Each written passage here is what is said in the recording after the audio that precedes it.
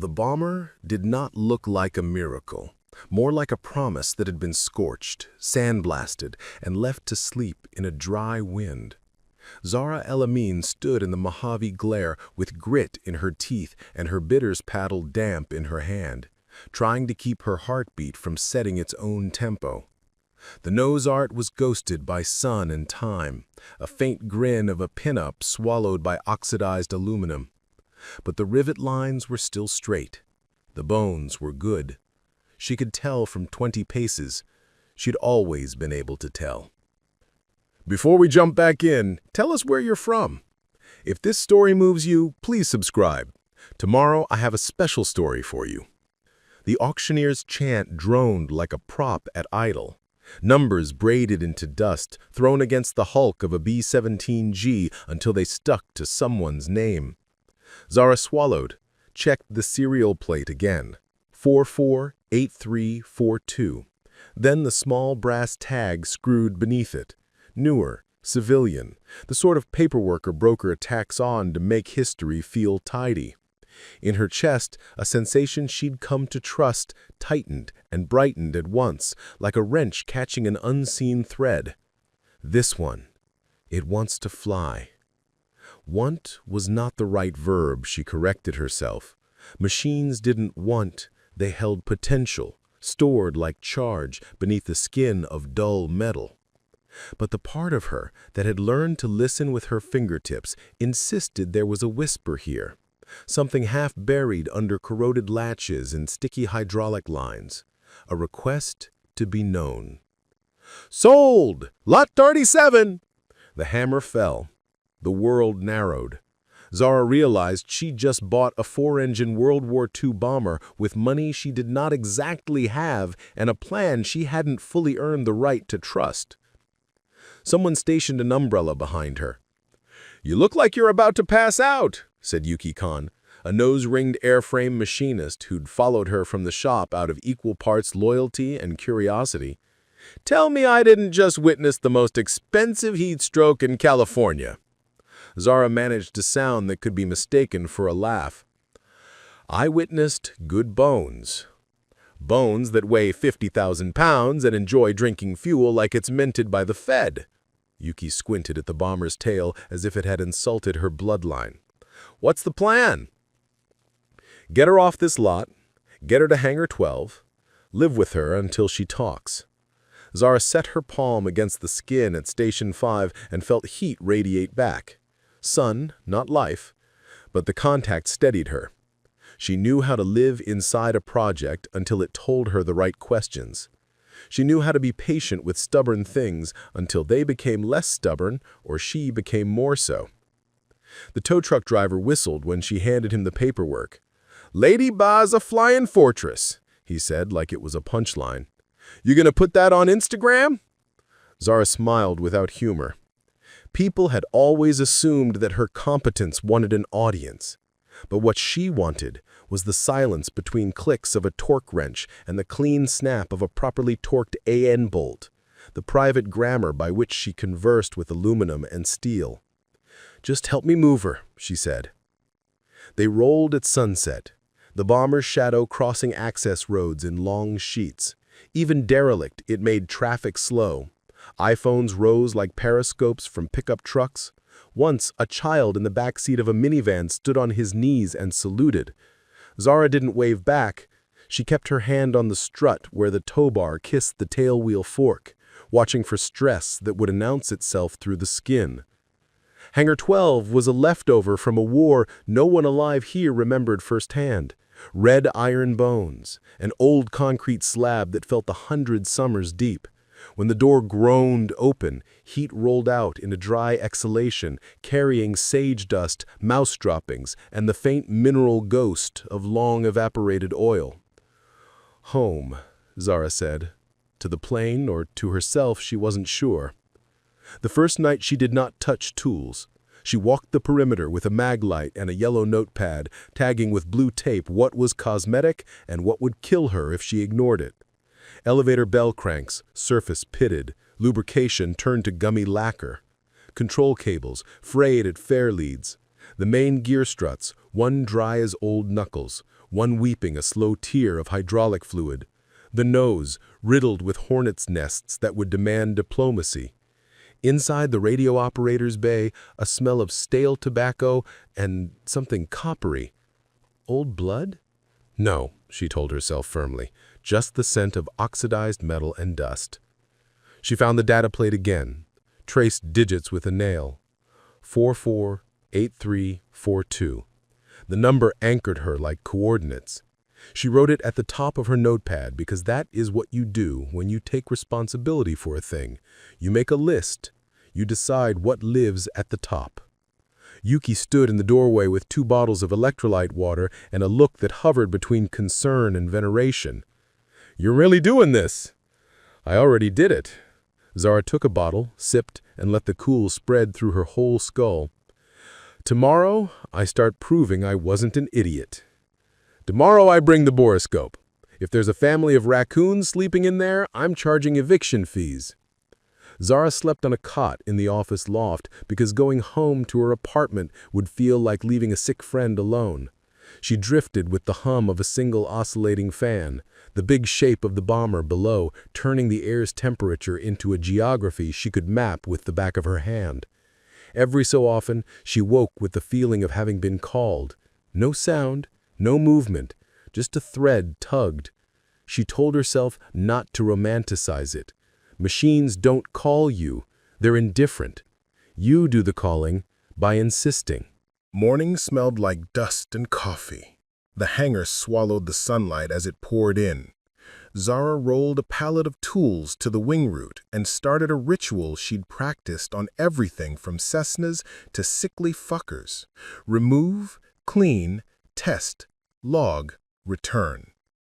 Yuki arrived with donuts and a fiber-optic scope, and Diego Maron, avionics whisperer, scowler by default, appeared in time to steal a last maple bar and say, "The old harnesses are probably mouse-chewed nightmares. Don't fall in love with anything that carries electrons." "Noted," Zara said, but she had already fallen a little in love. She chalked it up to heat and optimism and the particular strain of stubbornness that had carried her through community college night classes and a decade of being the only woman in rooms full of men who joked that her hands looked too small to hold a breaker bar. "Your hands are exactly the right size," her mother had said once, peeling pomegranates at the sink with a precision that made red jewels fall into the bowl like a mathematics. Just keep them moving. By noon, the Hornets had been placated and evicted. By 2, Zara had the radio bay open and her first true surprise in her hands. She held up a small panel that had been screwed beneath the left shelf, its face unmarked, its wire bundle thick and unoriginal. "This isn't stock," she said. Diego peered, his scowl turning curious. "That's a post-war loom. Not factory. Looks like someone piggybacked it onto the original combus." "Civi conversion?" Yuki suggested. "A lot of these forts became water bombers and sightseeing birds." "Maybe," Diego said, "but this is clean work, not cowboy splices. Whoever did it had a reason to hide the thing and kept it tidy." Zara turned the panel over. No stamp, no white letters declaring AN numbers or a shop mark. On the back, a single detail, a tiny triangle scratched by hand into the bakelite, its apex pointing toward the top edge, a direction. "We'll trace it," Zara said, trying to keep the hum in her chest cool. It could be nothing. It could be a forgotten pilot's ham radio. It could be one more puzzle inside a ship that had flown in a war and then flown after and had time to be many things. They traced. The wire rammed through the existing conduit with the sly humility of an afterthought. It dropped down behind the rack where the RAC-5s would have sat in wartime, then disappeared through a hole that shouldn't be there, an oblong grommet cut with care and painted to match. Beyond it, the line entered the belly, forward of the Bombay bulkhead, where a crawl space could turn a careful mechanic into a rumor of knees and elbows and muttered swear words. "I'll go," Zara said, because the crawl space looked like it knew her name. You'll get stuck and we'll have to tell the fire department you were kissing a Boeing, Yuki said, but she fetched knee pads anyway. Inside the crawl, heat wrapped her like a wool blanket. She moved in increments, shoulders grazing stringers, the smell of old dope and insulation sharp enough to conjure images of factory girls in scarfed hair and lipstick working rivet guns to a rhythm that made warplanes out of schoolhouse arithmetic. Her hand found the wire and followed. Elbow, knee, breathe. Don't think about the metal an inch from your sternum on one side and your spine on the other. Think about the sound the stringers make when the day cools. Tiny ticks that mean the heat is leaving.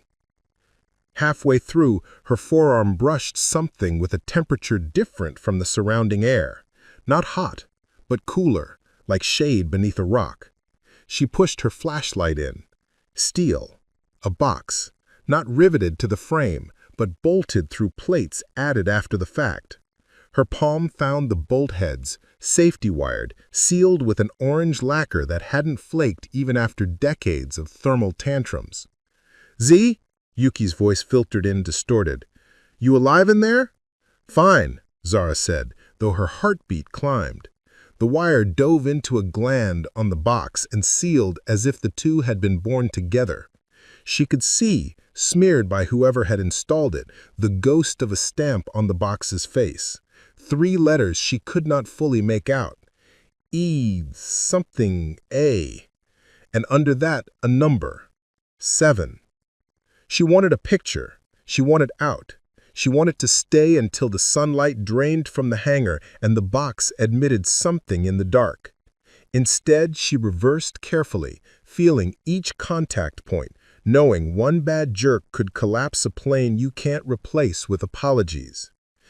Hands free from the crawl, skin sheened with sweat, Zara sat up on the hangar floor and drew the box from memory in her notebook. ERA 7. 7 what? Prototype? Channel? There's a sealed unit forward of the bomb bay, not stock, no marks, safety wired. Whoever added it didn't want me in it. Diego made a small approving noise that for him was equivalent to fist pumping in a stadium. Whoever added it wanted it to survive, which means it mattered. Could be Ballast, Yuki offered. Ballast gets a paint pen and a note. This got secrecy. A knock on the hangar's pedestrian door interrupted them. 2 knuckles only, the sound of someone whose life had taught him not to startle mechanics in the act of concentration. Captain Eldon Reeves stepped in with the halting caution of an elderly man and the eyes of someone who had never stopped measuring approach vectors. His NASA baseball cap was too crisp and an affectation. He'd never flown for NASA, but he had been an Air Force instructor once, and he'd earned the right to be a little myth about himself. "Heard you dragged a fortress home," he said. "Figured I'd bring congratulations and unsolicited advice." Zara found herself smiling without reservation for the first time in 2 days. Eldon had taught her to flare with 2 fingers and feel lift with the hair on her forearm. He had also taught her when to ignore men who used the word lady as if they were dropping a napkin in your lap rather than a slur. "You brought coffee?" "I brought stories." Eldon's gaze moved past her to the plane with a softness that made him look younger. "Lord, I haven't smelled that smell since McCord." "Tell me about McCord," Zara said. She didn't need a break, she told herself, but she needed the shape of a story around her, a wall for her thoughts to lean on while her hands hunted answers. "We flew formation so tight you could taste what the other pilot had for breakfast," Eldon said, and launched into a memory that existed in his bones more than in the surviving photographs. As he spoke, Zara's mind wandered in orbit around the words, tight, breakfast, taste, the wire, the box, the letters, ERA, EUREKA. Her pen hovered. Not a brand, a message. The old wartime Rebecca Eureka system flickered in her mind, an early beacon in homing setup, the airborne unit called Rebecca, the ground transponder called Eureka. She'd read about years ago when someone tried to sell a Rebecca set on a collector's forum for a price that implied it could make coffee. Those sets weren't unusual, but stitching something post-war into a B-17 and hiding it behind plates? Why? Kid? Eldon had stopped talking and was watching her face do math. You're taking something apart in your head. Maybe putting it together, she said. Did you ever see a B-17 with a post-war beacon system integrated like a ghost into the original wiring? Not like a ghost, but I've seen ghosts. The reserve stuffed all manner of uglies into airframes when no one from Boeing was looking. What are you chasing? Zara did not want to sound like a conspiracist in her own hangar. There's a sealed box in the belly. The wire into it looks intentional and careful. The letters looked like Eureka with a 7 under it. The old wartime Rebecca Eureka system flickered in my mind, an early beacon and homing setup, the airborne unit called Rebecca, the ground transponder called Eureka. I'd read about it years ago when someone tried to sell a Rebecca set on a collector's forum for a price that implied it could make coffee. Those sets weren't unusual, but stitching something post-war into a B-17 and hiding it behind plates? Why? Kid? Eldon had stopped talking and was watching her face do math. You're taking something apart in your head. Maybe putting it together, she said. Did you ever see a B-17 with a post-war beacon system integrated like a ghost into the original wiring? Not like a ghost, but I've seen ghosts. The reserve stuffed all manner of uglies into airframes when no one from Boeing was looking. What are you chasing? Zara did not want to sound like a conspiracist in her own hangar. There's a sealed box in the belly. The wire into it looks intentional and careful. The letters looked like Eureka with a 7 under it. Eldon's laugh just pushed air that didn't reach a smile. Honey, if you got a box labeled Eureka in a bomber, you don't open it because you're curious. You open it because you've already said your prayers and made your will. Diego's scowl darkened. That's dramatic. That's experience, Eldon said softly, and Zara watched him leave the hangar in his mind and stand somewhere 50 years away, looking at a sky she could not see. The old wartime Rebecca Eureka system flickered in her mind, an early beacon and homing setup, the airborne unit called Rebecca, the ground transponder called Eureka. I'd read about it years ago when someone tried to sell a Rebecca set on a collector's forum for a price that implied it could make coffee. Those sets weren't unusual, but stitching something post-war into a B-17 and hiding it behind plates? Why? The old wartime Rebecca Eureka system flickered in my mind, an early beacon and homing setup, the airborne unit called Rebecca, the ground transponder called Eureka.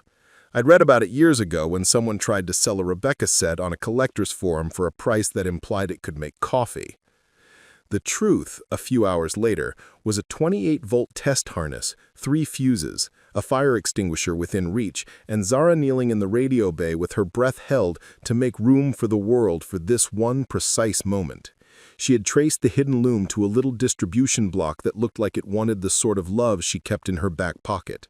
A cautious voltage fed to a patient object.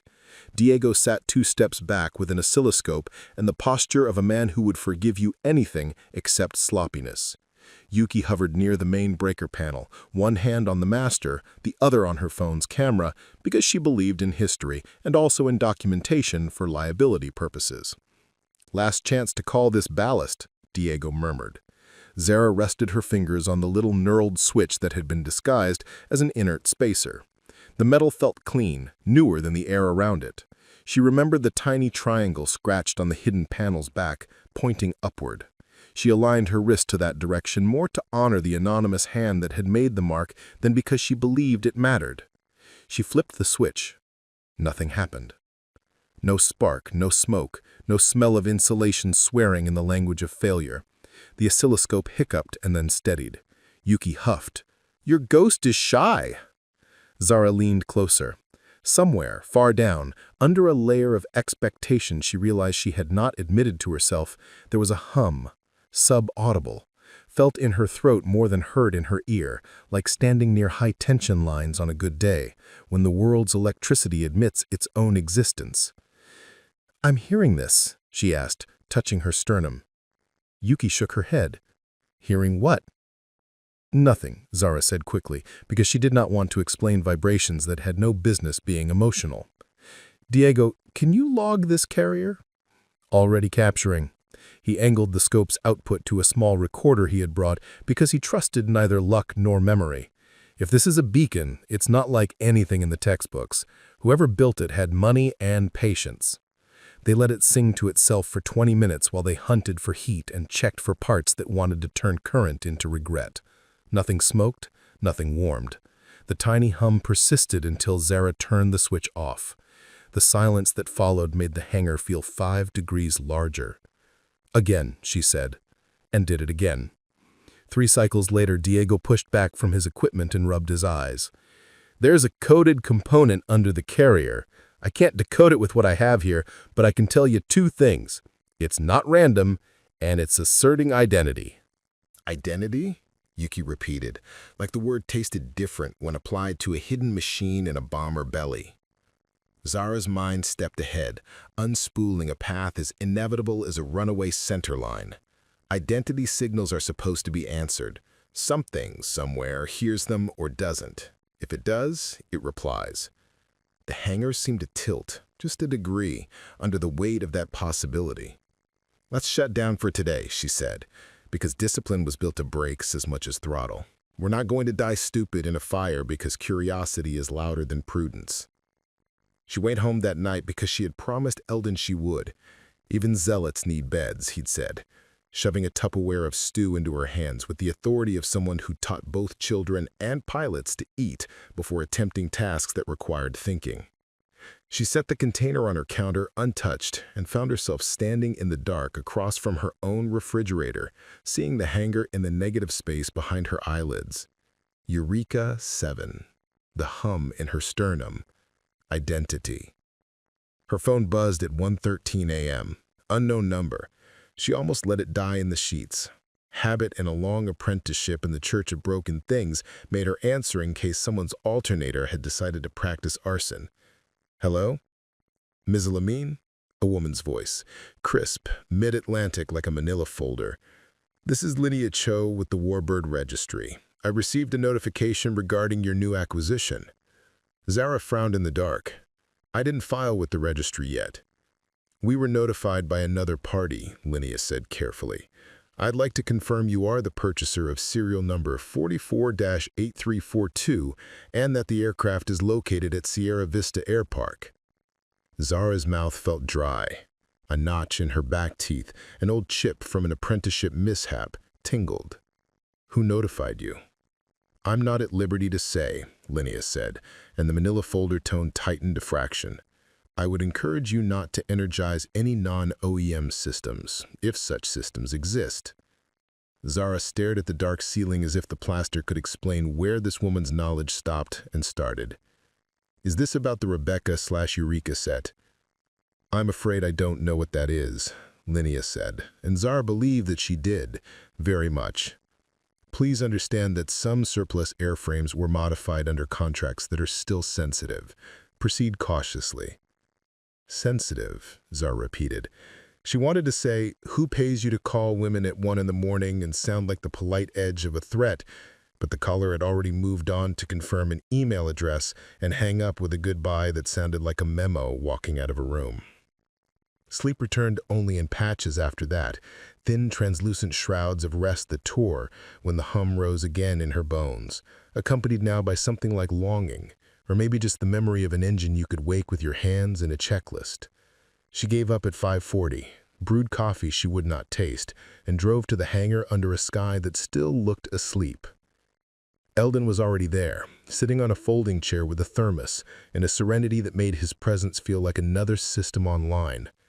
You look like you fought sleep and lost. Someone called me, she said, stripping the story to its crayons. They told me not to energize things I've already energized. Eldon nodded as if you could predict bureaucracy the way you predicted crosswinds. Then today we either stop or we do it twice as carefully. She did not stop. Carefully, she told herself, could be a bigger circle around the same center. They closed the hangar door to the width of a single person, Yuki hung a "Do Not Energize" tag on the master like a prayer, and then stood with her arms crossed, ready to snatch it away from a ghost. Diego muttered to himself about subcarriers and a standard he'd read once in a binder that smelled like basements and mold. Zara powered the little panel until the hum returned. The oscilloscope drew its tidy waves. The recorder blinked a patient red. For a long minute, nothing changed. Then, the wave changed. Diego didn't swear so much as inhale failure and exhale wonder. It's being answered. Something somewhere is talking back. Zara's scalp tightened. From where? Diego shook his head as if he could shake knowledge out of air. I don't know. The response is very faint, but the structure, this isn't noise, it's handshake. A throat cleared behind them. Zara turned so fast she caught her hip on the rack and added a bruise's future to the day. The man at the door wore no uniform and a suit that looked like it had been built to be mistaken for other suits. He held his hands where people who know something about fear hold their hands, visible, relaxed, empty. Mizalamin, he said, as if he had invited him, as if the hangar were a conference room and he carried an agenda. I'm Ken Farrow. I work with an office that liaises with airfield owners on historical compliance. Which office? She asked. The one you don't want to deal with when you found something that might still be classified. He offered a smile that had passed a background check. We received telemetry that suggests you energized a legacy device this morning. In the time it took for Zara to decide whether she would tell a stranger to leave her hangar, Diego's eyes had widened, then narrowed into an engineer's territorial glare. Yuki set her jaw. Eldon looked for the first time in all the years she'd known him like a man who wanted to be standing between a child and a wolf. Telemetry from what? Zara asked. Her voice didn't sound like hers. It sounded like someone putting down a tool so it didn't become a weapon. From a listening post that had, for the better part of 70 years, never had reason to hear that particular song again. Farrow's eyes moved to the panel in her hand and softened in something that was not quite admiration. You found a note in an old instrument, Mizalamin, and you hit middle C. What is it? Zara asked, because the quickest way to the truth through someone like this was sometimes just to ask and hold silence like a mirror until they saw themselves in it. Farrow's smile conceded the tactic. If I say Eureka 7, will that make you less likely to touch anything else? Diego looked at Zara, then at the hidden wire, then at the scope, which was still drawing waves with the patience of a cardiogram. He knows the words, Diego said. Eureka, Eldon murmured, and the word sounded different in his mouth. Not discovery, but delivery. I warned you about names. Farrow stepped no closer. During the late war, certain aircraft were equipped to function as airborne relays for messages that we did not want traveling across peacetime wires. Some of those installs were decommissioned. Some were not. Some were mothballed for contingencies we would prefer never to encounter. Contingencies, Zara repeated. The skin between her shoulder blades tightened as if bracing for a blow that might be years late but exactly on time. Meaning what? Farrow's gaze held hers and did not blink. Meaning that device is not a navigation aid. It is a continuity beacon. If you energize it past a handshake sequence, it will not only identify itself, it will wake up systems that consider its voice to be a very old, very high credential. Diego actually forgot to scowl. Credential to what? To routes no one has flown in decades, to vaults no one has opened, to old safeties built by people who did not trust the future but still had to hand it something in case the present caught fire. He nodded toward the recorder. And to rooms full of people who assumed they would retire without ever hearing that sound again. The hangar seemed to tilt another degree. Zara could feel the bomber at her back like a witness. She could feel the shape of the crawl space, the steel box with its bolts and its orange seal like a heartbeat she had touched with one knuckle. Something slow and cold unfurled in her gut. Nothing like fear, not yet. It felt like gravity acknowledging itself. "You're telling me," she said, "that my hangar is currently emitting a password the Pentagon didn't expect to hear from a B-17? Farrow gave the barest nod. "I am telling you that when you turned that on, a phone on a desk in a basement that has no name made a noise it has never made in my lifetime." Yuki's whisper carried the only profanity the moment seemed to deserve. Zara turned the switch off. The hum vanished. The scope settled like a creature that had been breathing shallow for a long time and could now try deep breaths without fainting. She waited for sirens that did not come. She waited for her hands to shake. They did not. Instead, her head cleared as if someone had opened a window on a pressurized cabin at exactly the right moment. "What do you want from me?" she asked Farrell. "For the moment," he glanced at the switch, then at her face, "for you not to energize the system again until I have people here who can make sure no one in this building dies from curiosity." "And after the moment?" she asked. He smiled with his eyes closed, the way you smile when you are very tired and someone has handed you a problem with a bow on it. "After, we will ask you to let us take a peek at what you found. We will probably say please several times. We will probably attempt to be charming. We might even offer you a fee." A fee, she thought, like the line on an invoice you write so you can explain to yourself why you decided to be reasonable. The number would have to be large to compete with the ache on spooling behind her ribs, the one that said, "There is a door here, and your hands are the right size to feel the hinges." "Eldon?" she asked, because she trusted the angle of his honesty even when it cut her plans into more manageable pieces. He looked at the bomber, then at her, and his eyes were full of the kind of tenderness older men reserve for complex daughters. "You don't let wolves watch the sheep, but sometimes the wolf shows up because the mountain fell down and the sheep are already scattered. Then you ask the wolf to sit and share the map." Farrow exhaled what might have been a laugh if the air had been lighter. "I prefer to be a shepherd with a very ugly dog." "Bring your dog. But this is my hangar. We go slow, we document, and if anyone touches that plane like it's a prop in a movie, I lock the door and change the padlock." "Deal," Farrow said at once, which told her he understood the part of negotiation where you agreed to the obvious moral truth so you could later argue about the radius of its application. He left them with a phone number that was a string of digits that had no business belonging to the DMV or any place that answered to the public.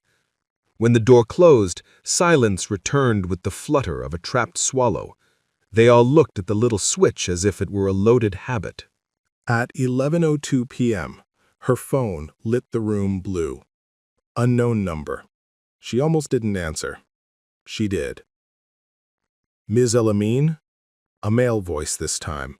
No folder. Smoke and gravel, like someone with a cold who also ran rooms. "General Nikos Harrigan. I'm calling from Arlington." Zara stood without realizing it. "Sir?" "We do not frighten private citizens with our curiosity," he said, as if reciting a line he'd learned late in life. "If anyone has done so, they will apologize. But I need to ask, did you, today, at approximately 1734 local, energize a device known to my office as a continuity beacon of the Eureka series?" She was not obligated to answer any general's question over the phone in her living room. She did anyway. "Yes." "Did anyone instruct you to do that?" "Yes." "Are you in possession of any sealed module attached to that device?" She thought of the crawl space, the bolts with the orange lacquer that had not cracked even when 3 summers ago the hangar roof baked hot enough to turn printer labels pale. "Yes." On the other end of the line, silence rearranged itself into a shape with edges. When the general spoke again, he sounded like a man who had just been handed the wrong ending to a book he thought he knew by heart. "We did not know any sealed modules remained in the field." Zara lowered herself to the couch as if altitude could change inevitability. "What is it?" "A vault key," he said simply. "A physical failsafe. It doesn't open doors by itself. It turns a lock so another key can turn." "Which vault?" she asked, though the word had already pulled cold through her. "You don't build systems like that for grocery money or weather maps." He did not answer. "Tomorrow," he said instead, and the way he said it made the day feel like a cliff face she would climb without ropes. "I drink it at 6, she said, and hated that giving him the detail felt like offering him her pulse. "Then I will come at 5:55, and the line went dead like a light switched off in a hallway you had been walking for years without admitting it was dark. Zara did not sleep. At 4, she gave up the pretense of trying and drove to the hangar, because waiting in the place you belong is easier than waiting anywhere else. The car Pharaoh had promised was indeed outside, a gray sedan that looked like an apology. Its driver did not look up. Inside, the hangar's dark felt loyal. Zara turned on one row of lights and stood beneath the bomber's wing like a tenant farmer under a storm cloud. She placed her palm on the skin at Station 5. It felt less like metal now than like something that had learned her temperature. She had not touched the switch. She had not even peeled the tape back further. She had not crawled forward to lay her hand on the steel box in the belly and say, "I see you." She had done nothing except watch the rectangle of dawn at the door widen like an iris. The first sound was rotor wash. Subtle at first, the suggestion of a lake stirred by a big hand, then definite. She stepped to the door and watched a matte helicopter with no markings resolve out of the gray like a decision. It hovered above the apron with the bored menace of a beast that chose its appetite on a schedule. Headlights stabbed the edge of the lot. A cavalcade of black SUVs poured through the gate as if the night itself had decided to put on tires. Zara's throat went dry. She backed away from the door because she didn't like the feeling of being a silhouette for men with concerns. The first agents through the pedestrian door announced themselves with their hands open and their names shaped like weather forecasts. Then the general arrived with Pharaoh a step behind him. Harrigan's hair was regulation gray, his face map-creased by work that took you away from windows. "Ms. Elamine," he said, and looked not at her hand, which he kept deliberately empty, but at her eyes. "Thank you for coming in early." "I live here," she said, and surprised herself with how much truth the joke carried. "We will be quick," he said, which was either a promise or a prayer. He did not touch the plane. He circled like a man who long ago learned to respect what can kill you without malice. He looked at the panel in the radio bay, and the neat wire in the conduit, and the blue tape she had placed as if it were a ward. He listened while Diego explained the handshake. He nodded to Yuki's labels as if they were medals on a jacket. He pressed his palm to a rib and closed his eyes for the briefest of beats, and Zara would have sworn I saw in that instant the boy he had been, not yet acquainted with consequence. Then he crouched at the crawl and looked into the dark. "Is it forward of the bay?" "Yes," Zara said. "Bolted, safety-wired, orange seal." "Orange," he repeated as if the color swung a door in his memory. He looked up at her. "If we break that seal, there is no going back. This is not me scaring you. This is me telling you that the moment the lacquer cracks, you have stepped into a story that will not fit back into your life the same way." Zara felt the bomber at her back like an answer. She had already stepped. She had stepped when she lifted her paddle in the auction dust. She had stepped when she peeled back a strip of blue tape and laid her finger on a switch that had waited decades for her skin. Then we do it clean, slow, logged. Harrigan nodded once. He turned his head toward Pharaoh. "Lock the perimeter. No one in or out without my say-so." Faces rearranged themselves into attention. The world narrowed to air and metal and a length of orange lacquer that had held its singular duty longer than most marriages. Zara knelt at the crawl with a torque wrench and a heart that had learned a new rhythm overnight. "I'll go," she said. Harrigan's eyes moved to Eldon like a needle to North. Eldon nodded. "She knows how to move inside a machine," he said, "and it already knows her." Harrigan lowered himself to sit on the floor cross-legged, the way only men who refuse age can. "Then I'll be here, listening. If anything feels wrong, you back out." Wrong, she thought, and could not decide what that would mean now that she was left of whatever line had once separated curiosity from a door with a guard. She took the wrench, she took a breath. She slid into the metal rabbit hole and felt the world become measured by ribs and skin and the centimeters of space she could claim without bruising. The light found the orange seal and made it glow like a stubborn sunrise in a place where sun did not belong. Her hand hovered over the first bolt. She could feel each groove cut for the safety wire. She could feel how the installer had twisted it with pride, neat, even, no burrs. She could feel in the bones of her hand the moment before a system that had slept longer than her mother had been alive woke because she had called it. "Turn," Harrigan said softly from the mouth of the crawl, not as an order, but as a recognition of the verb the moment demanded. Zara turned the wrench. The orange line cracked. Something under the skin of the bomber made a sound like a held breath finding a throat. And from the belly of the plane, forward of the bomb bay, inside steel that had forgotten the temperature of war, a relay clicked. The hum returned, not in Zara's bones, not in the hangar air, but in the metal itself, as if the fortress remembered how to speak and had decided she would begin in a whisper. "Stop," Harrigan said, his voice a thread pulled tight. "Everyone, stop!" Zara froze, the wrench a small hot moon against her palm. She listened. The hum was not the polite carrier of yesterday. It was deeper, shaped, like a word learning its own mouth. "General," Pharaoh's voice came from a different universe, the one with radios and perimeters and men deciding how much of the sky to ask to be quiet. Harrigan did not answer him. He said instead into the crawl, "Miss Elamine, do not move." Zara did not move. The relay clicked again like an old knee remembering stairs.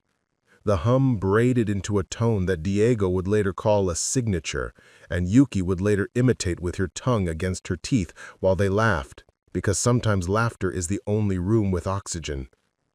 In that long breath before anyone reached for any switch or shouted any order, a sound came from the belly of the bomber that no one in the room had expected to hear in their lives.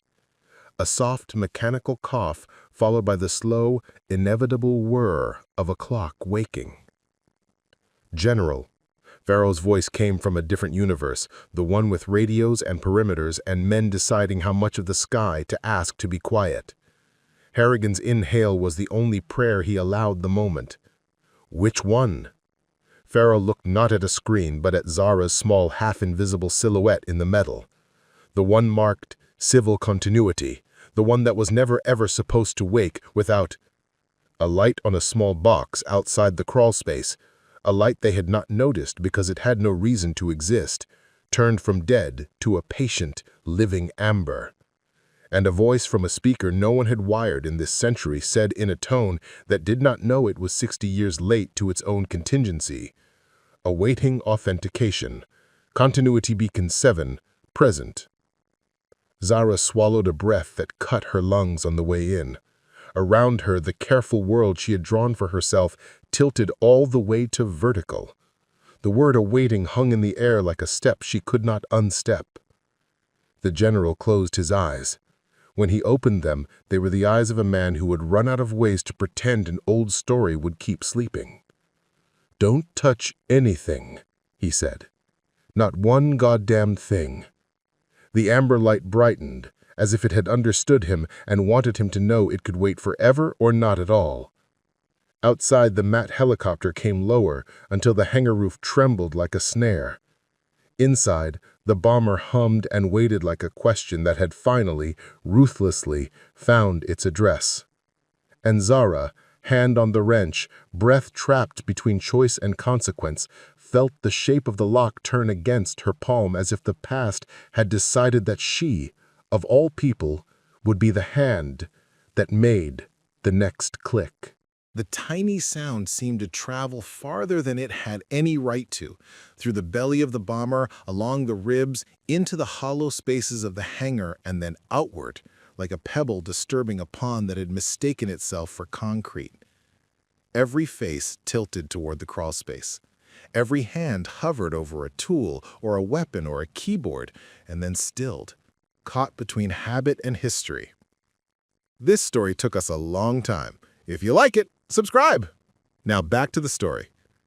The amber lamp held. The speaker, dusty with decades and still somehow clear, offered the same measured line a second time, as if patience were a protocol. Awaiting authentication. Continuity beacon 7. Present. Don't move, the general repeated, voice low, deliberate, as if syllables themselves might fracture the lacquer again. Ms. Elamin, tell me exactly what you did. Zara did not blink for fear the motion would count as tampering. Backed out the first bolt a quarter turn, it broke the paint, not the safety wire. I haven't touched the others. Understood. Harrigan's eyes tracked the room without leaving the mouth of the crawl. Diego, is the panel cold? The carrier is dormant. The box is live, but not drawing like it does when it's broadcasting. Something inside the sealed unit woke when the seal broke. Pharaoh had a phone to his ear that didn't ring. Command confirms the listening post registered only a local wake. Nothing left the building. Good. Harrigan inhaled and let the air sit at the bottom of his lungs until it cooled. Ms. Elamin, come out slowly. Zara reversed, more afraid of her own elbows than from any uniform. The bomber's skin whispered against her sleeves. When she emerged, her cheeks were stippled with dust, and the clean, bright line of the broken lacquer painted a stripe on her gloved thumb like war paint. Harrigan looked from the stripe to her face with something like respect and something like apology. You're in it now. I was in it when I bought her, Zara said, and heard the truth in her own voice before she decided whether she liked it. The speaker ticked once, the sort of sound electromechanical things make when they're trying not to startle you. Then, secondary channel, standing by. What the hell is a secondary channel? Yuki whispered. A path that isn't the radio, local only, think interphone. Or, he squinted at the small box with the amber lamp, the box no one had noticed because it had had no reason to glow. Harrigan crouched beside the box as if it were a small animal. A cloth label had once been glued below the lens. Only the brown shadow remained. Beneath it was a slot the size of a library card and the shape of obligation. We need the key. All eyes moved as if magnetized toward the crawl. I'll get it, Zara said. Eldon began to protest. He stopped when he saw her mouth and recognized the geometry of choice he'd used on airstrips and in kitchens. Gloves, he said instead. Take the bended wrench. If they safety wired the cover, there'll be something sharp waiting to love you wrong. Zara slid back into the belly of the plane. The light made the orange crack look like a dawn no one else could see. She turned the bolt with the patience of a clockmaker and felt the tiny tremors not of fear but of something older, anticipation bending toward reverence. The second bolt gave, then the third. The safety wire twisted clean and proud, came away with the gentlest coaxing, its end curled like a fishhook. Her glove caught, tugged, then freed itself with a thread of rubber that snapped like a snapped promise. The faceplate slid in her hands with a weight that said steel, not aluminum. Inside something slept beneath a felted cloth darker than the surrounding air, black not by pigment, but by use.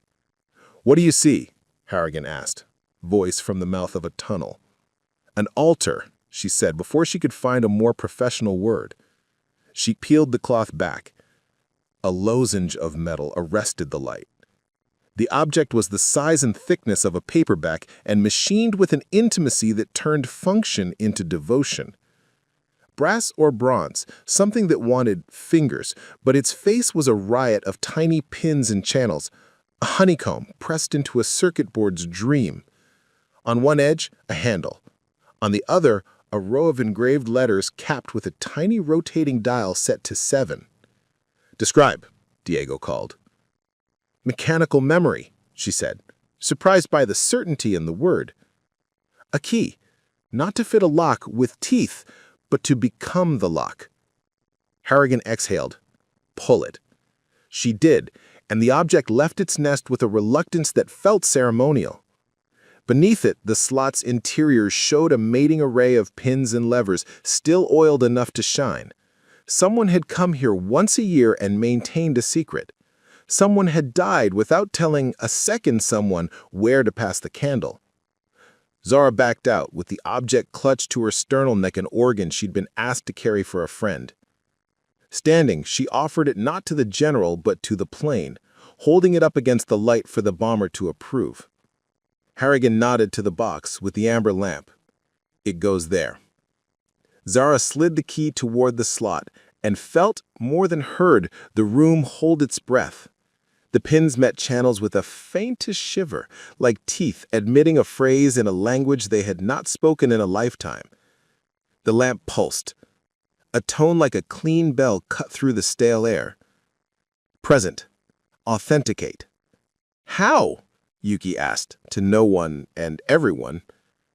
"By doing the thing only the right hands would do," Eldon murmured, eyes soft on the key. "There's a dial." Zara looked at the engraved row along the key's top edge.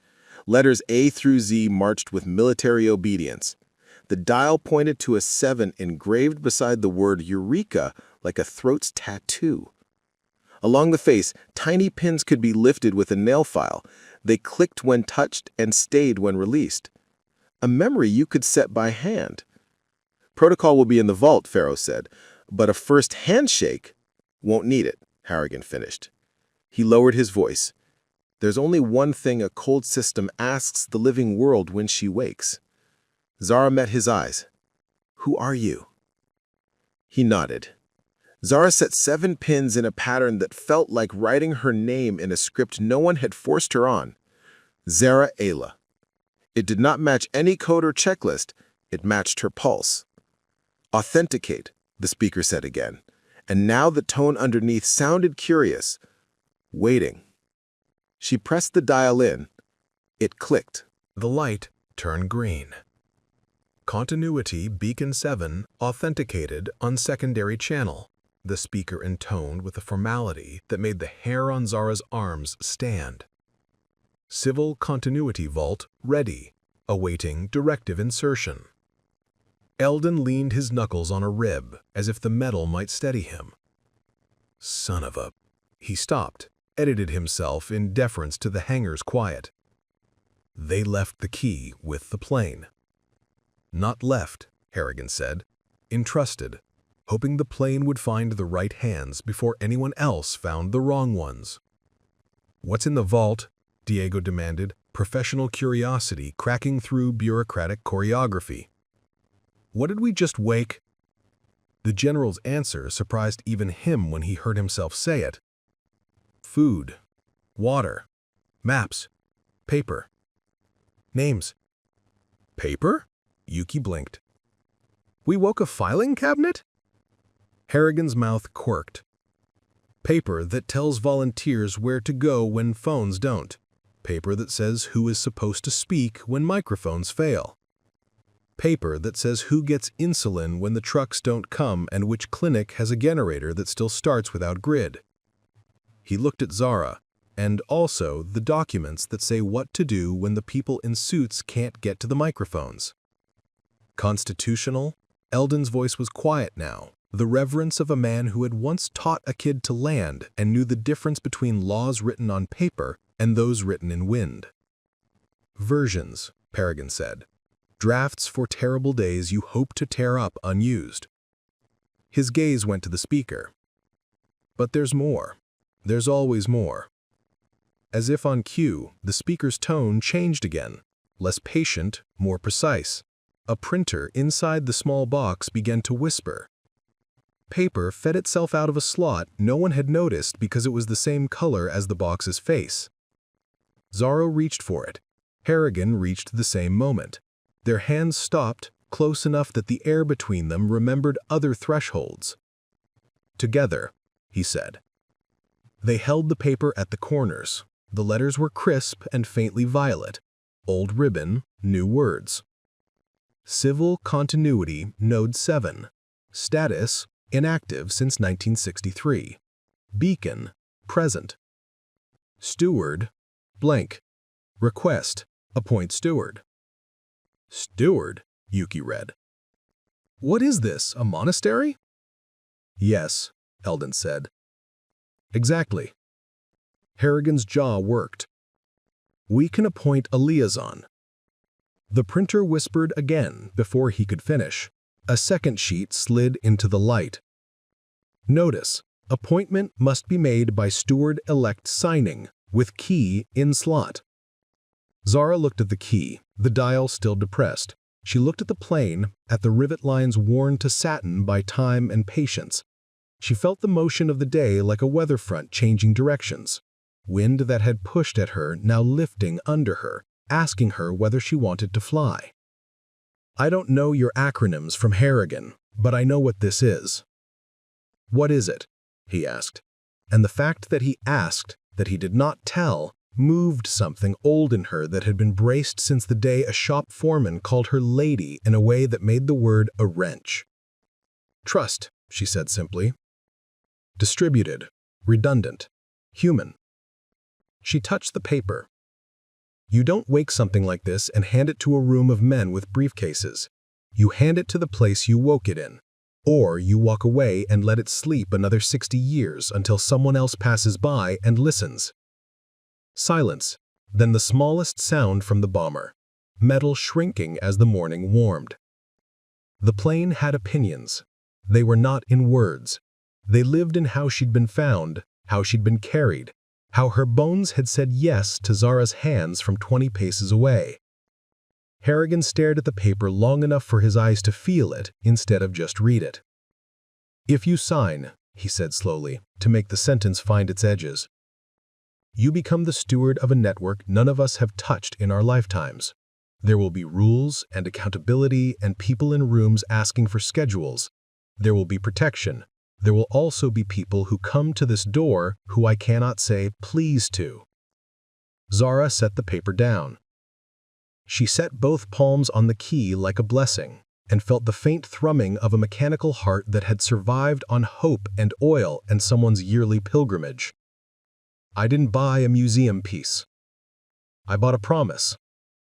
If that promise included a door that opens when the power's out and someone needs insulin, then the door lives here. Then sign, Eldon said. She looked at him. He looked at her. In his eyes, the pattern of all the times he had said, "You've got this," and then stepped back because the only way to teach someone to flare is to stop touching the yoke. Zara took a breath and pressed the dial a second time. A segment on the key's face, flush until now, slid back to reveal a tiny pen nub and a strip of paper the size of a Band-Aid. "Oh, come on," Yuki breathed. Joy breaking through the strain. Zara laughed, and the sound made the hanger remember what air is for. She signed where the strip told her to in a space that was exactly long enough for her name and not a flourish more.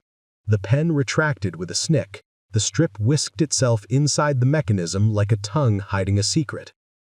The speaker chimed. Steward recognized. The green lamp held.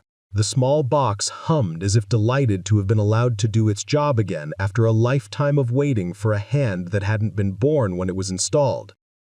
From outside came a sound that did not belong to the plane.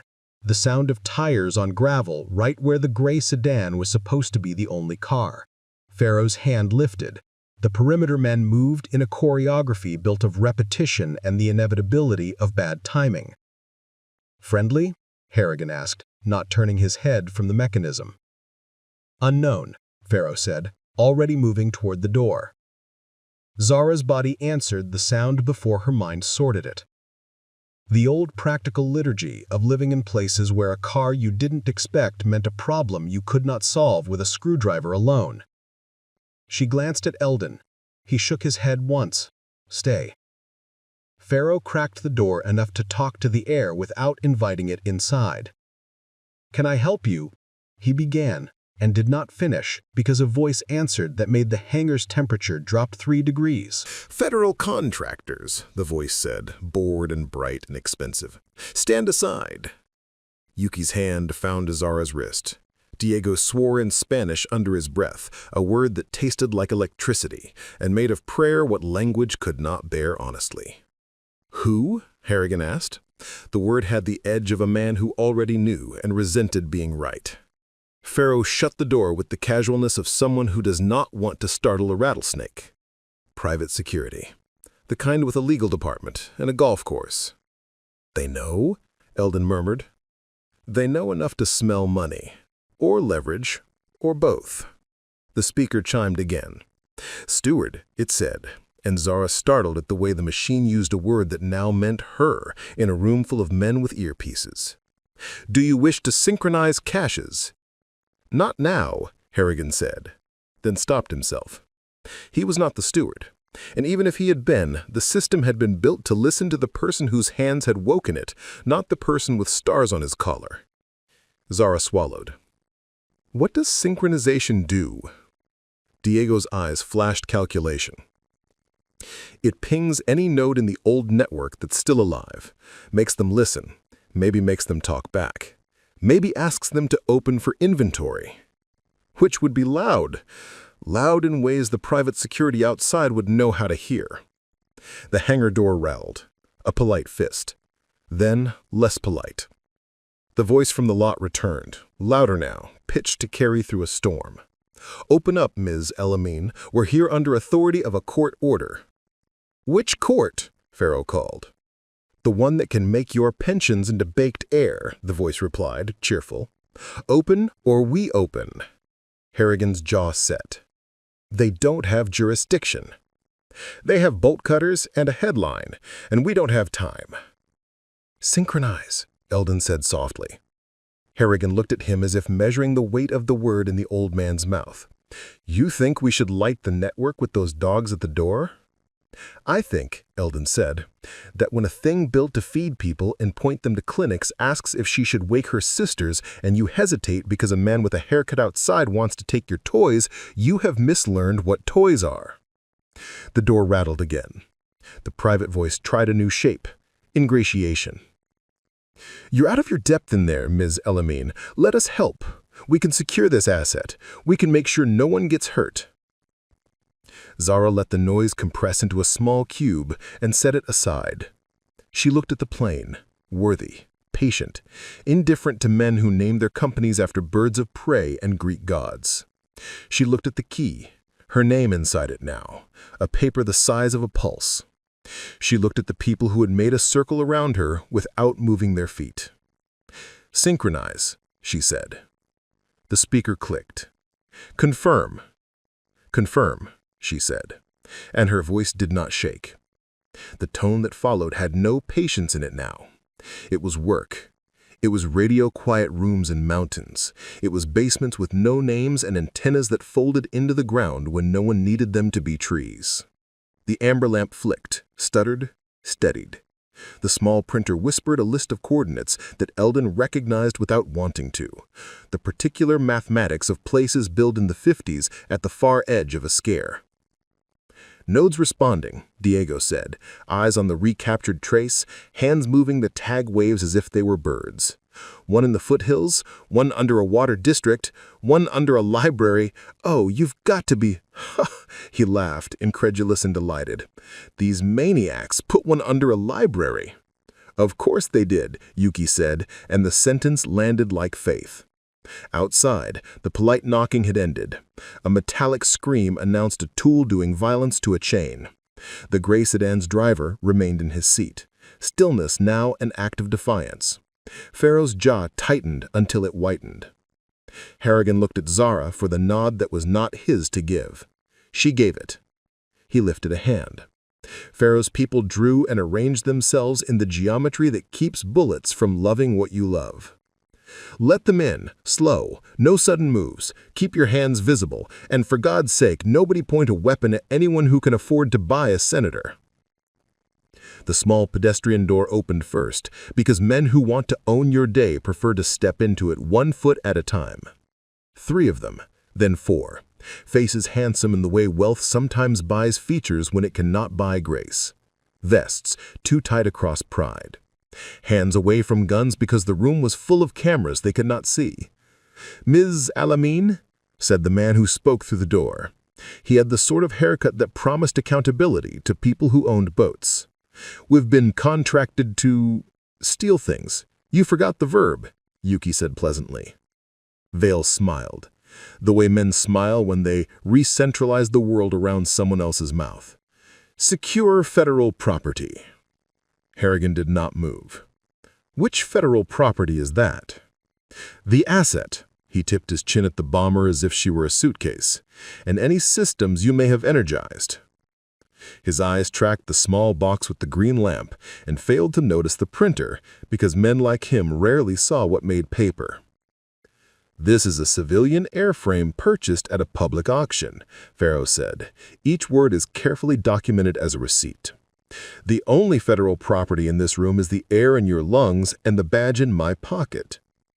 Vale's gaze slided to the crossbase, noted the open panel, and did math. "You're out of your lane in there," Vale said, smile fixed. "This is continuity of government infrastructure. It belongs to people who can sign checks you won't ever see." "It belongs," Zara said, surprised by the calm, "to the people who will walk here on foot when the roads don't open." For the first time, Vale looked directly at her. His eyes were the color of a cost-benefit analysis. "You're the steward?" he asked, as if the word might be contagious. "Yes," Zara said, and watched the flinch he could not prevent. Some small muscle near his left eye that winked like a tell. She filed the geometry away automatically. "If he draws, he leads with his right, but his left is the one that lies first." "I'm happy for you," he said, "and for the photo op that will follow. But right now, this is bigger than your," he gestured vaguely, and in the vague lived all the ways men had tried to make women small with their hands. "Project." Eldon took a single step that put his body between Vale's hands and the key. He did not raise his voice. "You don't get to talk to my pilot like that." "Your pilot," repeated, and tried a chuckle that didn't fit his mouth. "Cute." The printer whispered again, as if the machine took pity on the conversation and wanted to offer something that would make it unnecessary. Another violet line on white. "Sync, Node 12, online. Node 12, requesting inventory." "Ignore," Harrigan said quietly. Zara did not. "Grant," she said. The printer answered. "Node 12, unsealed. Cataloging. Food, 62%. Water, 81%. Power, local. Medical, 41%. Communications, operational. Documents, present." Vale finally registered that the paper mattered. His face shifted toward hunger. "What is that?" "A library card," Yuki said. "It's inventory," Diego said, a little proud, a little broken by awe. "Real inventory, right now, and whoever built these did not connect them to anything any suit can turn off." "Who gives access?" Vale asked, eyes on the key. Zara did not look away from him as she answered the machine. "Route inventory report to Sierra Vista Clinic and Fire Station 1. The printer obliged. "Reroute complete. Local authority notified." Vale took a step he shouldn't have. Farrow's people moved the way people move when a gun has not yet cleared leather and you'd like to live in a world where it doesn't. Vale stopped, considered the sum of faces in the room, recalculated. "I'll be back with paper," he said to Harrigan, and made paper sound like a weapon. Harrigan nodded as if agreeing to meet for pie. "Bring pie," he said mildly. Vale left with all the grandeur a man can fit through a pedestrian door when he prefer a hangar he can roll a truck into.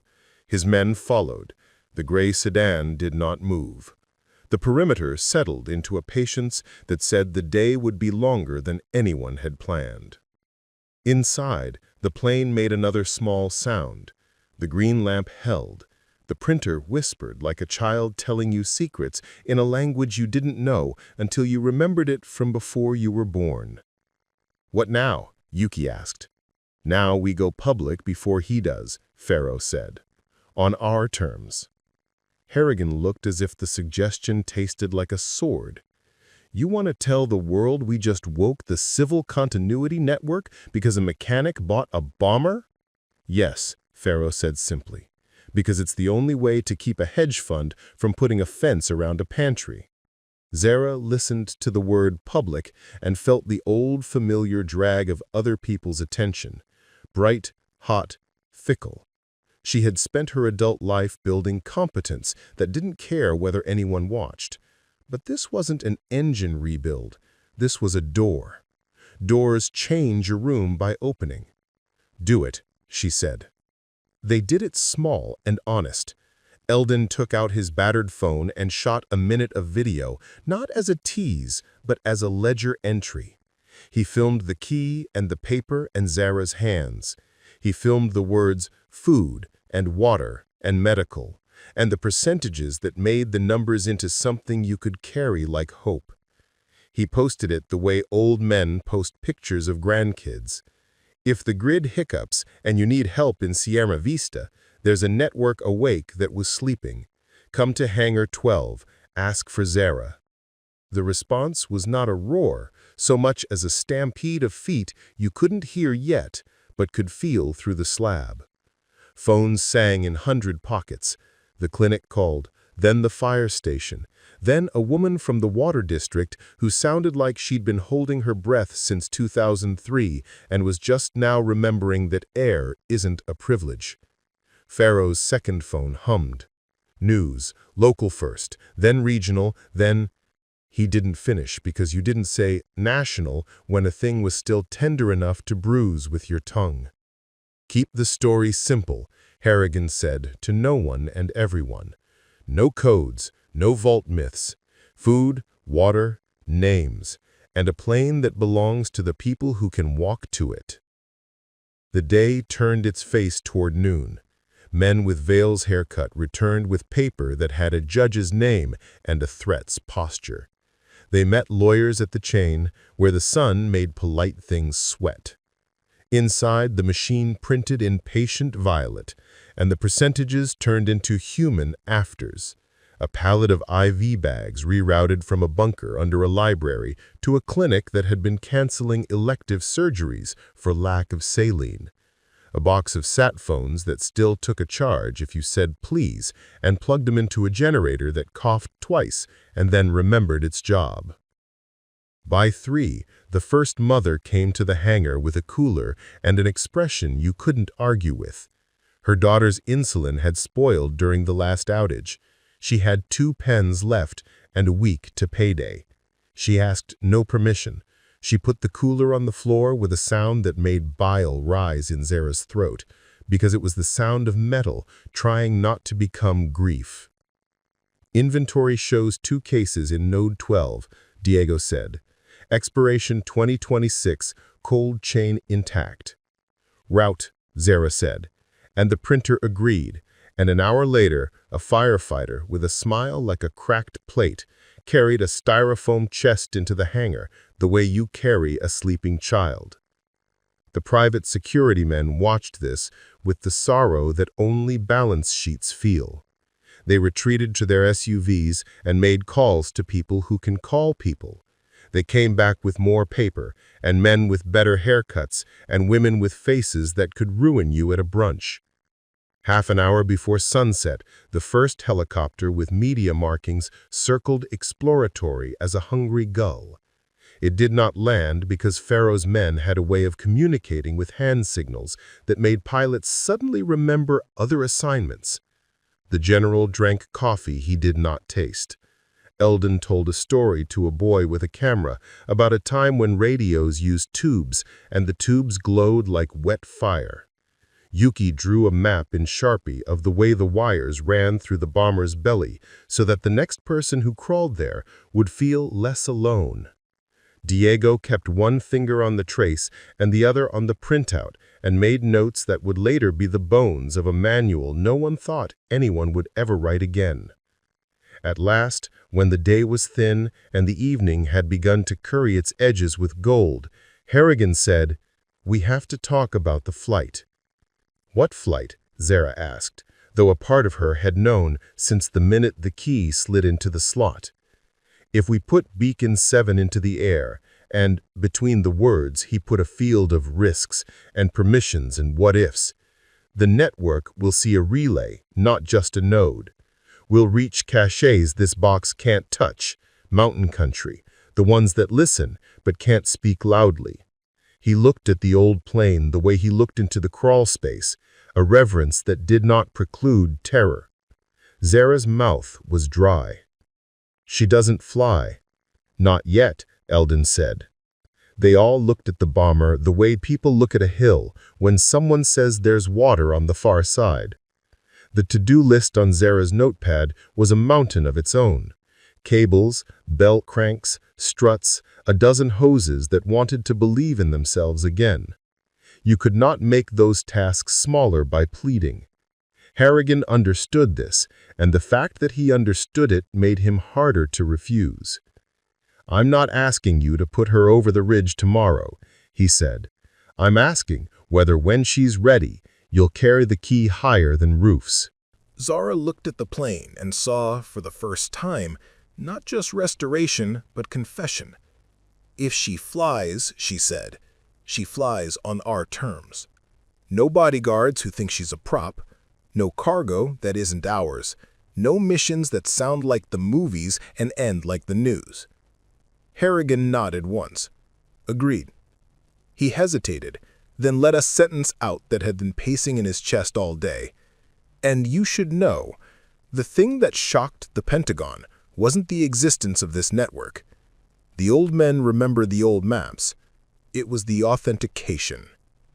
Zara felt the day tilt again. Because it worked? Because it was designed so it would only work for the kind of hands that would use it the way you did, he said. "We spent a lifetime imagining that the key would be a code or a badge or my face. It turns out the key is a person the plane trusts." She didn't know whether to laugh or run. "Machines don't trust." "Yours does," Yuki said. The shop clock ticked. The printer sighed. Outside, a coyote laughed at something only coyotes find funny. The private security men left as darkness made the lot less hospitable to paperwork. The gray sedan remained, an ordinary car becoming heroic through endurance. They bedded the hangar for the night. Eldon rolled out cots. Pharaoh's women zipped cases that clicked like insects. Diego set a timer to ping him if the carrier changed song. Yuki taped a handwritten sign to the pedestrian door in block letters that made no room for argument. "No entry after dark. She's sleeping." Zara lay on her cot and did not sleep. The hum was back, not from the box, but from the knowledge of it. She had her hand under her cheek because she liked to feel her own pulse when she was balancing equations that used blood as variables. She watched the bomber's shadow move across the ceiling with the moon's slow sermon and tried to convince herself that the day had ended. It had not. At 2:11 a.m., the small speaker woke. The lamp did not brighten, the voice did. "Alert," it said. Polite as ever. "Unauthorized access, Node 12. They were up and in their shoes before the second syllable finished being polite. Pharaoh was at the door. Harrigan was at the radio that looked like it had been pulled from a museum and reminded it owed someone a favor. Diego was already coaxing the carrier to speak in its slower, friendlier language. "Node 12's the library," Yuki said, hair braided into urgency. "The one we opened." "Vale," Pharaoh said. Zara didn't stop to argue. "Route a ping to the fire station." Diego's fingers moved. Routed. The speaker. "Node 12. Status changed. Door breach. Internal power lost." God, Eldon whispered, not as a swear. Can we lock it? Harrigan asked, already knowing the answer. You don't build systems to keep out the people who live where they live. You build them to invite. Not if we want the volunteers to keep trusting it, Diego said. There's a manual latch. If someone is there... I'm going, Zara said. Harrigan turned, mouth half full of no. She was already at the door. The night accepted her like a shore accepts a swimmer, implacable, cold, indifferent to whether you own a swimsuit. The road to the library had 3 lights and a neighborhood that smelled like watering cans and hot roofs. Pharaoh's sedan paced her like a shadow with brakes. Eldon drove the truck and kept his hands on the wheel like a penitent, because otherwise he'd be praying. The library stood square against the dark, its face a rectangle of civic optimism. 2 SUVs slept moodily at the curb. A man in a veil jacket tried to look like a patron at 2 in the morning and failed. Sirens were not near. The station had been rerouted earlier to deliver insulin, their one truck out on kindness. Backdoor, Pharaoh whispered. They went through the book drop, because the book drop had a habit of staying unlocked, and a town's secrets leak more often through habits than through vaults. Inside, darkness didn't care who you were. The cache sat in a room that once had been a conference space and now was an error in architecture, a wall that opened onto a set of stairs that had never been on any blueprint. The door at the bottom had been propped. Yuki slipped past Zara with a speed that would one day be a story her niece told about her at birthdays. She caught the prop with her foot. "Excuse me," she said, to the air and to the man who had left the wedge, whose back was turned. The man turned. He started to speak a sentence that probably worked on a dozen night guards. He didn't finish because Pharaoh's badge at eye level is a punctuation mark that ends most paragraphs. "Out," Pharaoh said. "Now." The man tried a reasoned argument that featured phrases like chain of custody and you'll be sued. Yuki tried a counter-argument with a wrench and the word no. The man left, muttering. Down the stairs, the cache room lay open like a picked tooth. Darkness had rolled into the corners like dogs. A generator coughed and failed.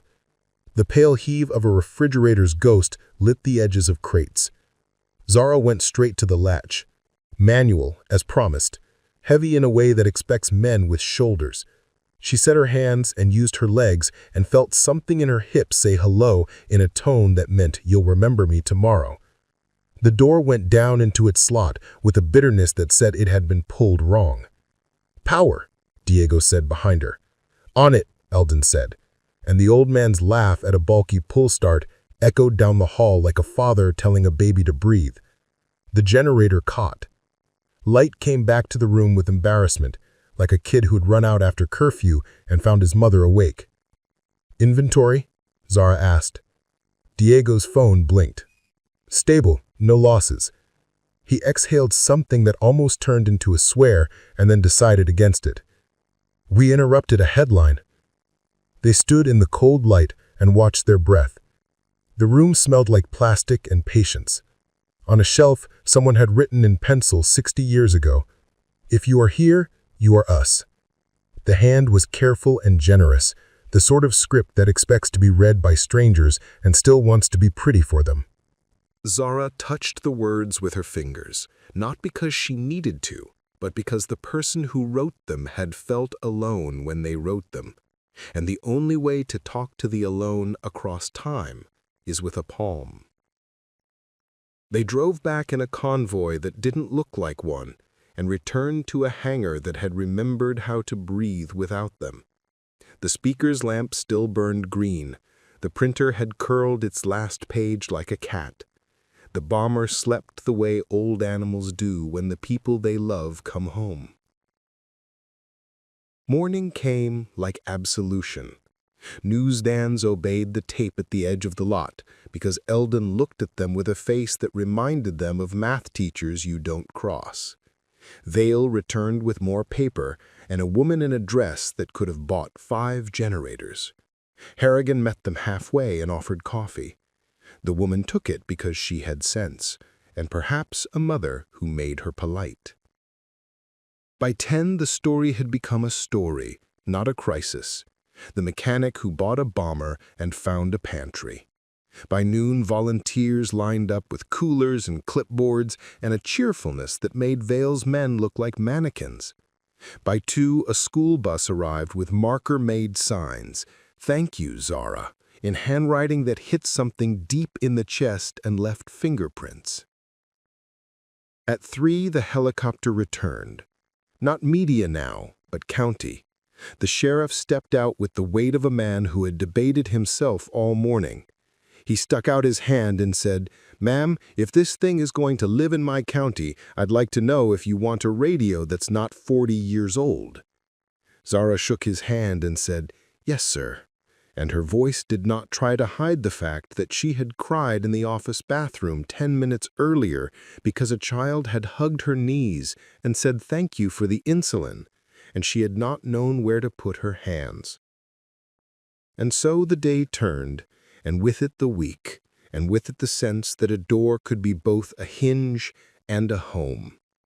All the while the to-do list near the wing root kept its spine, and the plane reminded them by her stubbornness that gratitude does not replace grease. They worked. Cable by cable, fair lead by fair lead. Yuki's hands vanished into places on the fuselage that had never told the truth to men. Diego built a splitter that would let the beacon hum to Zara without humming to rooms that did not need the song. Eldon taught a class of volunteers how to stand near a propeller without getting shorter. Harrigan wrote memos that did not read like men with guns and still made doors open. The first engine turned over like a dream that doesn't want to wake because the bed is warm. The second coughed and shamed the first into dignity. The third simply decided she would prefer to be a lake and had to be coaxed with a patience that made Yuki swear in Japanese and then apologize to the rivets. The fourth started as if this had been the plan all along. They didn't taxi her far, just along the apron to let the brakes remember how to be friction and the steering prove it knew where the nose wanted to go.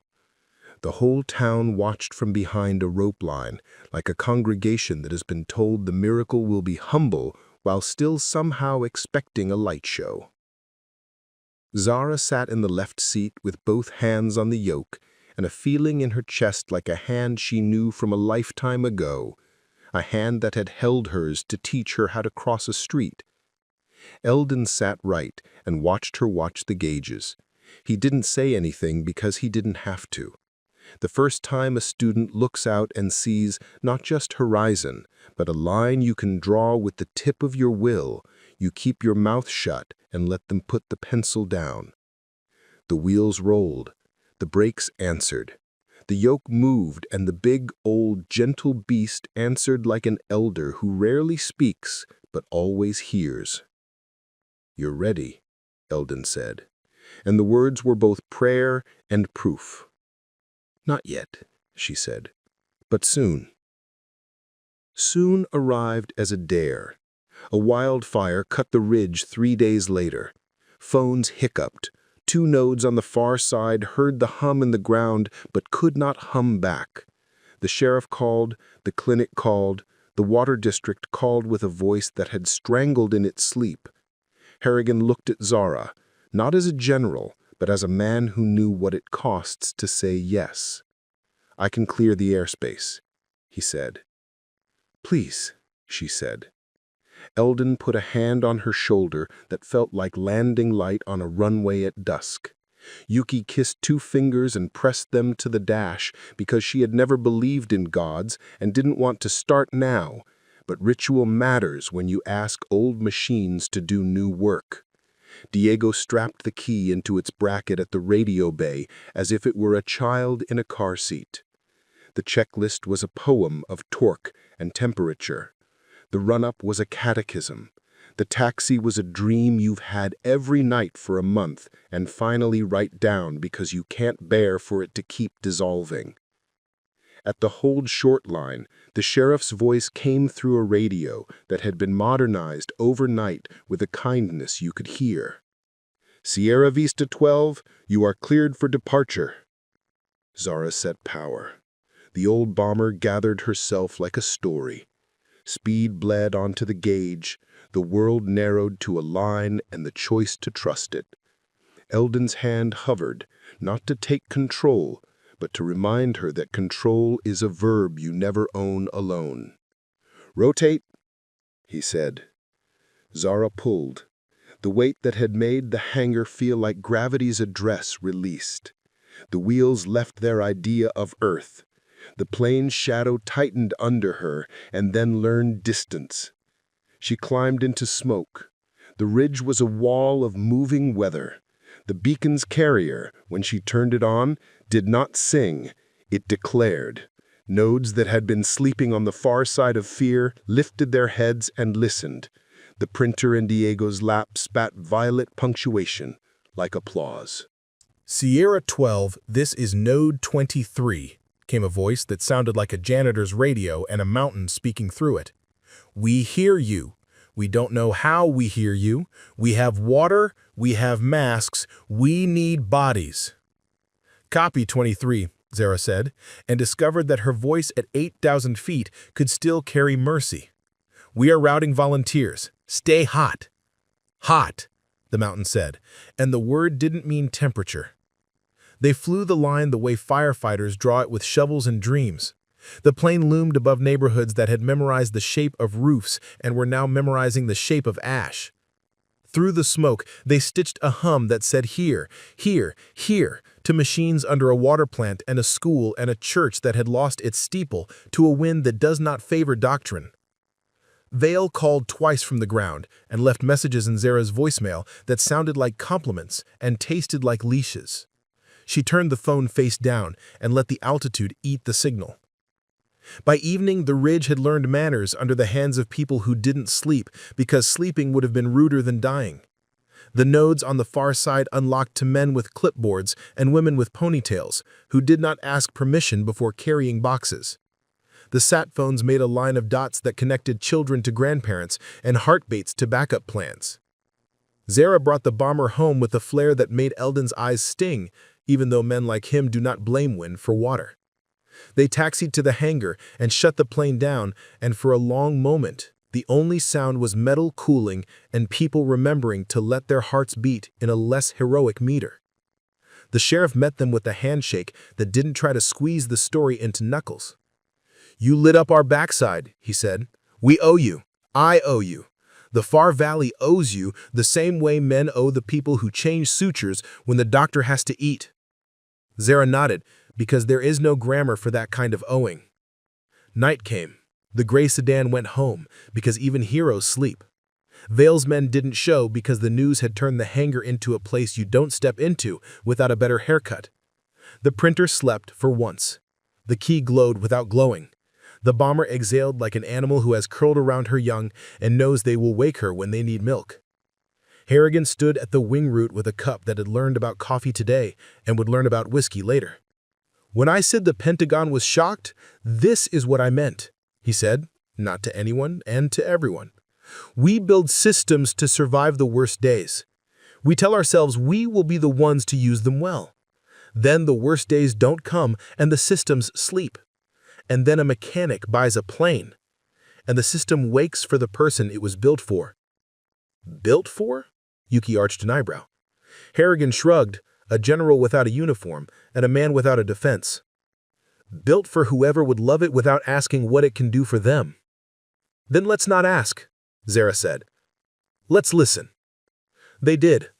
For weeks that braided themselves into a season, the beacon hummed and the printer whispered and the bomber rolled and then sometimes flew. The caches opened in order, and the order was not what anyone expected. A church basement that had been a civil defense drill hall turned out to have the best surgical tools.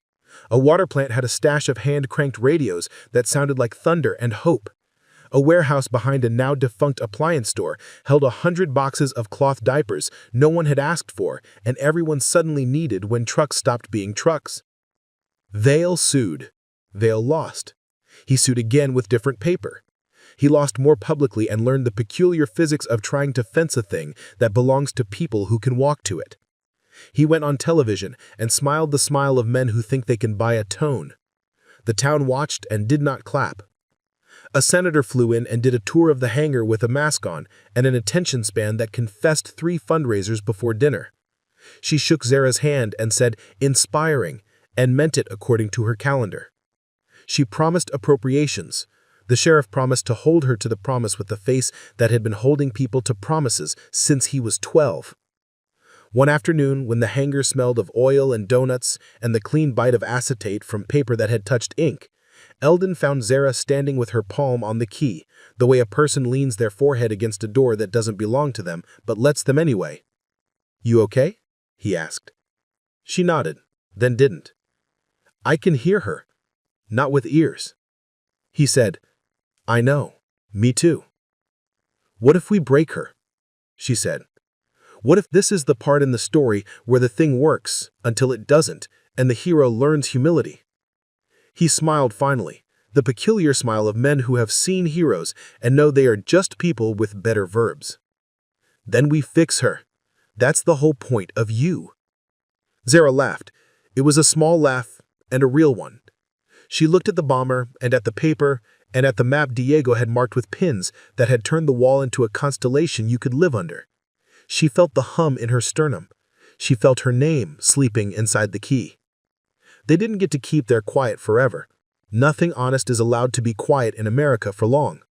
A bigger media machine came with brighter lights and louder questions. They framed the story as romance, and then as a scandal, and then as a product suggestion. Zara said no to an endorsement deal for a brand of energy drink that wanted her face on a can. She said yes to a grant for a youth apprenticeship program that would teach kids to crawl into airframes with gloves and respect and no fear of boys with jokes. And then one evening, as the light went long and the printer slept and the world outside the hangar remembered it had suppers to cook, the small box cleared its throat in that way machines do when they are about to make you remember all the things you have agreed to carry. Steward, it said. Message stored. Date, 1961. Authorization, Cabinet. For steward of Node 7 upon appointment. Zara froze. Eldon looked at her as if he were looking at a thunderhead that had decided to be inside a building. Harrigan set his coffee down with the reverence usually reserved for flags and photographs. Play, Zara said. The voice that filled the hangar was not quite a voice. It was a room. It sounded like paper and pencil and a microphone that had been smoked near. It was clear and exhausted and carrying more gravity than one throat should be asked to carry. If you are hearing this, said the room, the world you woke into needs you to do a thing we could not do from here. We built these vaults out of fear and out of love, and fear is short, but love is long. If the people with badges cannot get to their microphones, you get to yours. If the people with checks cannot find their pens, you find yours. We entrust this to the hands that find it, because those are the only hands that matter when the phones don't ring. A pause, a chair shifting, a cough that sounded like the cough that comes after a long day of not coughing. Your authority, the room said, is not what you took, it's what you kept. Keep the food for the hungry, keep the water for the thirsty. Keep the paper for the hands that will sign it with names no one in this room will live to meet. And when the men with suits come to take your keys, you tell them this message said no. The room ended. The printer pushed out one last violet line, message complete. No one spoke for a full 20 heartbeats. Then Yuki, because she always said the true thing when silence got too proud, whispered, "They built it for us." "For whoever us is," Eldon said. "For today," Zara said. Outside, crickets wrote their small epics. Inside, the bomber breathed the way old things breathe when the young are tired and pretend they aren't. The key sat in its slot with her name sleeping inside it. The map on the wall had new pins and old gravity. The town at the door had questions and casseroles and patience that had learned new angles. Zara stood, not to make a speech, but because sometimes the only way to shift a room's weather is to change your altitude by 6 inches. "I will keep it," she said. "Not the power, the promise." She looked at Harrigan. "With you." She looked at Yuki and Diego. "With you." She looked at Eldon. "Because you taught me how to flare." Eldon nodded, and the nod contained the day he had put her hand on a throttle and said, "Feel where the engine wants to live." "Then we're done here," Harrigan said. And for once, the general did not mean "we are finished." He meant, "we have begun." They locked the hangar at night and left the gray sedan to dream. The town slept with a door awake on its edge. The ridge cooled. The caches hummed like beehives in basements. In the morning, when the first light found the edge of the wing and made a new coin of it, the small box whispered a greeting that sounded almost like a blessing. "Good morning, steward." Zara smiled, and for the first time since the auctioneer's hammer fell, she let herself believe that the promise she had bought in the dust was not just the plane's bones, but the muscle those bones had been meant to hold. Her hands fit the day like a wrench fits a nut it was machined beside. She set them on the work in front of her. She did not look up when Vale's car slowed outside the fence. She did not listen when the news asked for angles. She listened to the hum. And the hum said, "Keep." 2 more great stories are next. Don't miss them. Subscribe and turn on notifications.